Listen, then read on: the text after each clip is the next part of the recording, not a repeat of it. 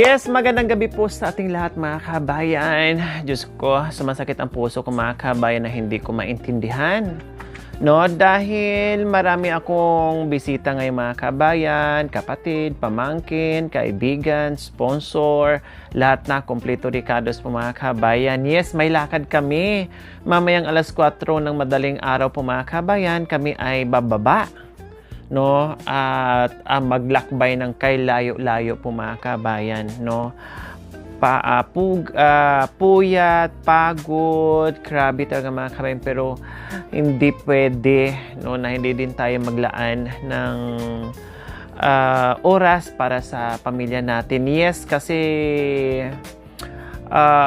moving up or completers yung ating Unica Iha po mga kabayan. At the same time, birthday din po niya last April 8. So, pinag-isa ko na, no, dahil busy-busyhan din tayo kanina mga kaibigan, umattend tayo ng moving up.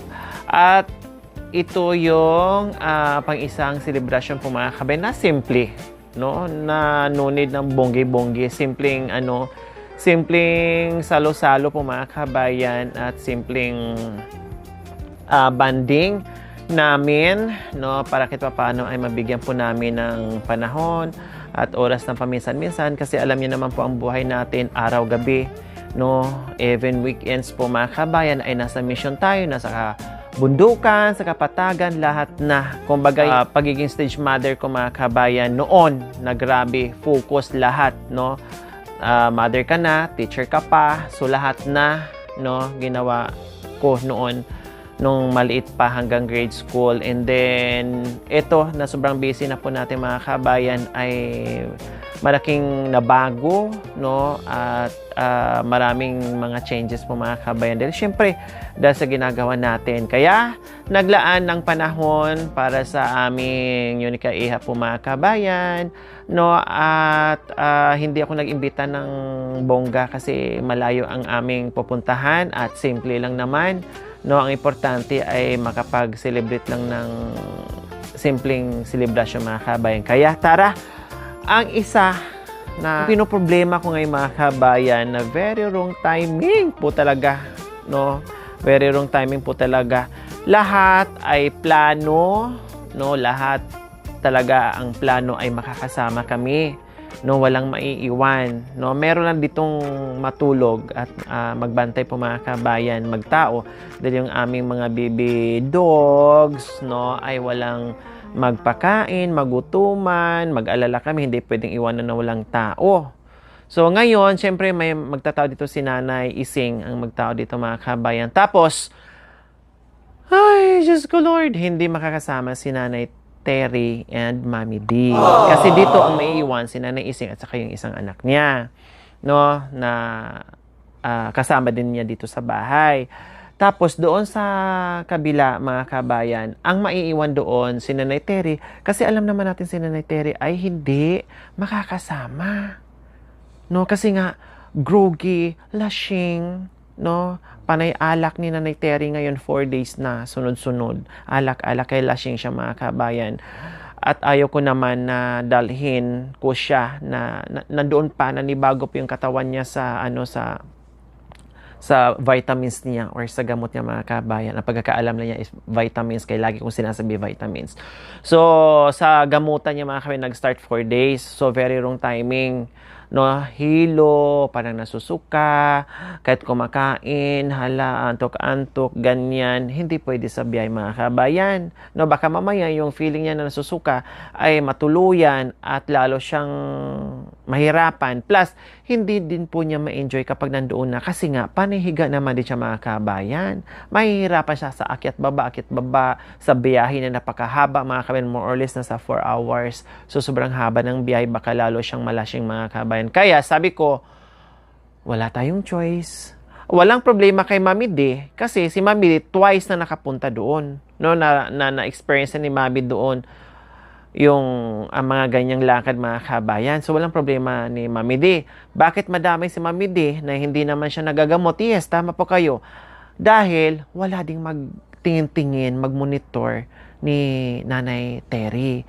Kasi kahit nandiyan si Lo, si Mami D, si Charlene, kahit ako nagmumonitor pa rin kay Nanay Terry, mga kabayan. Kasi syempre, worried ako, mga kabayan, kasi ang naramdaman niya, hindi ko alam kung kakayanin na o ano. Basta marami akong naiisip, mga kabayan. Kaya nandyan ako, doble monitor din ako sa mga inuutosan ko. Hindi siya pwede, mga kabayan, kasi may mga pagkakataon na nalimpungatan si Nanay Terry na biglang bangon, tapos para daw siyang may hilo. So, may mga pagkakataon na ganyan. Kasi nakakalimutan niya, no, na hindi pa nasanay yung sarili niya, nagagamot siya. Kasi dapat, siyempre, pag humiga, kailangan dahan-dahan kang uupo at huwag ka munang tumayo. Mga ilang minuto muna, stay ka muna galing sa higa, stay ka muna, upo dyan, and then tatayo ka. No? Kasi kapag nakahiga ka, ang sarap ng tulog mo, tapos diretso ka agad, din tayo ka, siyempre ang dugo ay hindi pa kumpletong dumaloy ka, ugat-ugatan mo, mga kabayan. Kaya makaramdam ka talaga ng hilo at baka mamaya mabagok, madulas dyan sa CR na walang mag-monitor, wala malang matawag si Nanay Terry, hindi natin alam, sa gabi, no, ay delikado. Kaya, sabihin ko kay Mami D and Nanay Terry na hindi sila makakasama kasi ang alam talaga is makakasama sila. So, hindi sila makakasama dahil maraming rason. Number 1 is nagagamot siya. Si Mami din, madamay kasi kailangan ni Mami D na may kasama si walang problema naman din kahit maiwan si Mami D kasi si Mami D, 'di ba, ilang beses nang sumama. Last time nakasama din namin siya diyan. And then last time nag-outing na naman. And then si Nanay Terry naman din po, mga kabayan, ay naka-outing naman din ng family Sibal outing, mga kabayan. Kaya kumbaga na-experience naman nila yung aming gagawin ngayon. At bukod doon, mga kabayan, no, wala sanang problema kahit sabihin natin pabalik-balik sila. Basta wala lang yung gamutan niya na hindi naman din siya mag-enjoy at delikado sa kanya. Baka mamay makulap sa doon, lalo siyang mahilo, lashing dahil mainit ang panahon, at imbes na mag-enjoy tayo ay problema ang harapin natin, kaya delikado. Kaya mas pinili ko at hindi ko isama para walang magiging problema sa daan, at pagdating doon wala akong alalahanin at walang problema na mangyari. Okay? Dahil hindi lang naman itong pagkakataon, mga kabayan, na ngayon lang, at maraming pagkakataon ang darating para muling magkasama-sama kami. Okay? Sige, puntaan natin sila doon sa kabila at sabihin natin na hindi sila makakasama. Baka maghanda kasi sila, mga kami, kasi alam nila ay naghahanda na kami, no? At para alam nila, mga kabin. Okay? So, puntaan na natin sila sa kabila.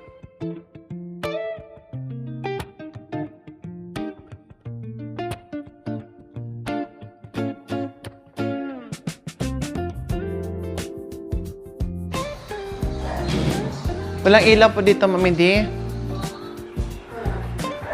Hi! Kumusta, mga my dear mother?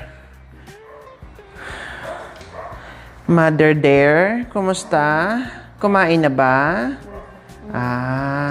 So anong naramdaman ngayon? Nahilo pa din? O hindi na? Mauntog ka. Ha? Nahilo? Or okay na? Ha? Nagkukumpos? Grabe pala yung radyo mo, no? May sariling marunong magkumpos. So, busog na? Anong pakiramdam? Hindi naman nahilo? Hindi masakit yung mo? Kanina hinilot kita, ayos. Ayos ang pakiramdam mo. Sarap na sarap siya kanina, mga kabay, sa hilot ko. Ha? Anong ulam?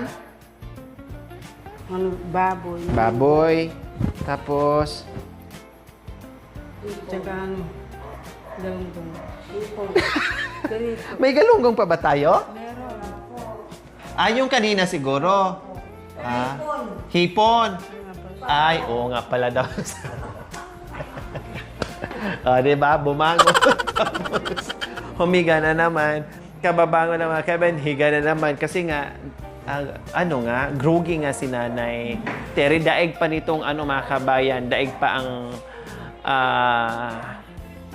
anong tawag nito, scientist, mga kabayan, na nag-ikot sa buong mundo, na pumuntang Pluto, Mars, Venus, diba? Anong tawag doon? Mga astronauts, alam mo yung mga kabayan, na bumiyahe sa buong mundo, mga kabayan. Kaya ganun ang naramdaman niya. Hilong-hilo pa talaga siya mga kabayan. O, di ba? Ikot doon, ikot dito. Tapos upo lang ng konti, ay higa na naman. Kasi naramdaman niya mga kabayan, hinihila nga daw siya. Hinihila. Pero wala nang ganun ha. Yung parang ginaganyan ka. Wala na. Wala na. Very good. Wala na. So at least kahit papaano nasanay-sanay na siya. Okay, sige Mami D, halip po muna kayo dito. May sasabihin ako. Dito ka, hindi. Dito ka. Okay, sige. Ha? Mami D and Nanay Terry, aalis kami bukas. Aalis kami bukas. Di ba nabanggit ko sa inyo noong nakaraan na may lakad tayo at pupunta tayo sa malayong lugar para magpalamig sana. Yan ang ano ko. Yan ang napag-usapan natin at sinabi ko sa inyo. Ngayon, aalis kami mamayang alas 4 ng madaling araw. Hindi kayo pwedeng sasama. Ha? Hindi kayo pwedeng sasama kasi ang aga-aga naming aalis. Tapos, nagagamot ka. Baka mamaya, ang vitamins mo, hindi kakayanin, katulad ngayon, di ba? Kaupo mo lang, tapos higa na naman. Siyempre, kahit sabihin mo nakaupo ka lang sa sasakyan, dahil sa uga-uga, tapos ang daan pa naman natin, zigzag, ganun yan. Tapos pa, ganun pa tayo, babaliktad pa tayo ng 2 beses, tapos gaganon na naman. Tapos dadaan pa tayo sa ilalim ng dagat. Oh, di ba? Oh, tapos yung sasakyan natin, dadaan pa sa roller coaster.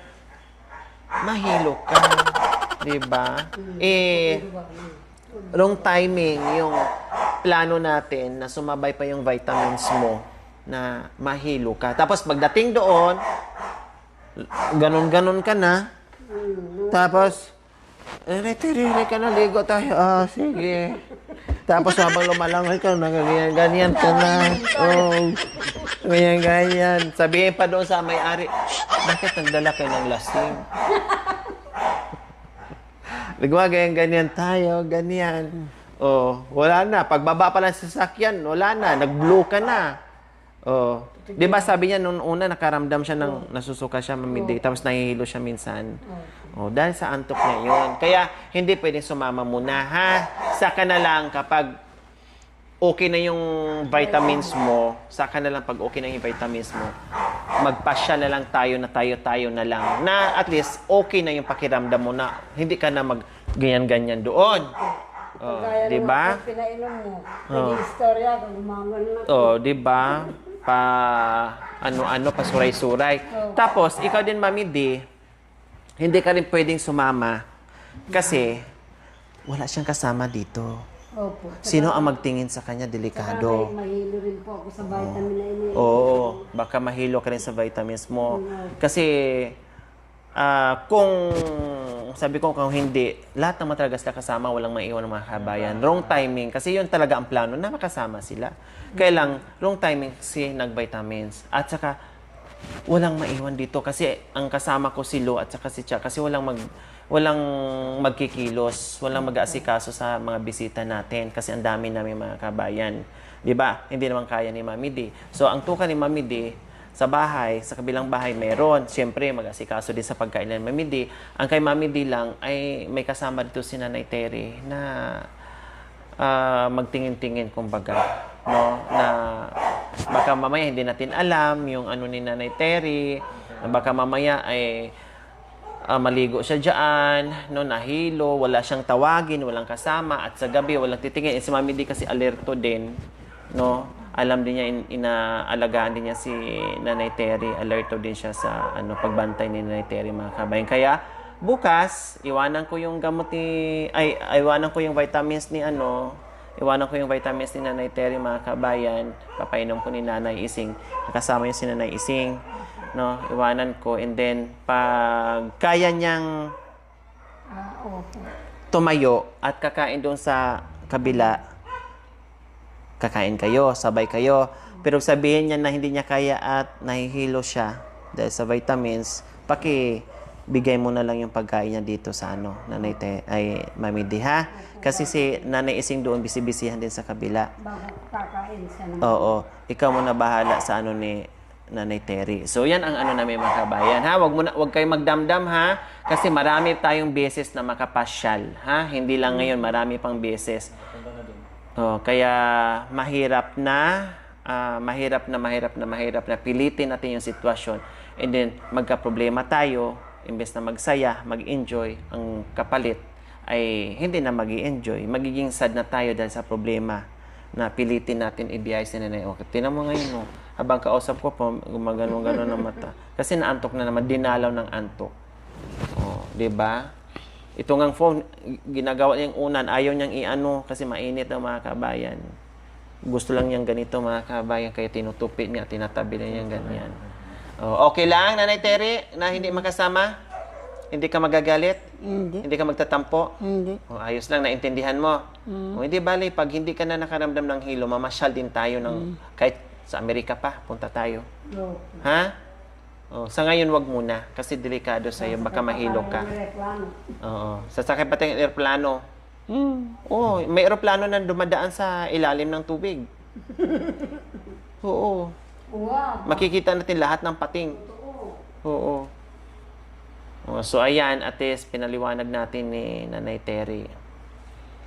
Para, baka, kasi magtaka siya, bakit? Sila, busy-busy na, naghahanda na sila.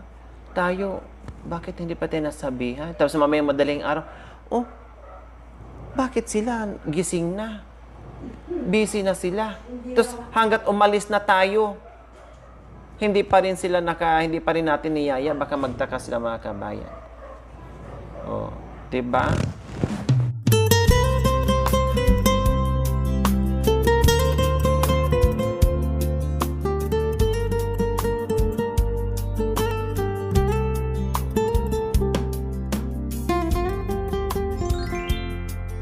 Thank you for watching. Don't forget to like, share, and subscribe.